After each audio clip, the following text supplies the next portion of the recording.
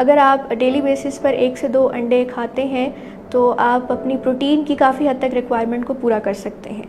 इसके अलावा इसके अंदर मौजूद बेतहाशा विटामिन्स और मिनरल्स आपको बहुत से फ़वाइद दे सकते हैं। इसके अंदर मौजूद विटामिन ए आपकी आई साइट के लिए बहुत बेहतरीन होता है, और वो लोग जो अपनी आई साइट को इम्प्रूव करना चाहते हैं या फिर उनकी आई साइट वीक है, उसको बेहतर बनाने के लिए डेली बेसिस पर 1 से 2 अंडों का इस्तेमाल लाजमी करें।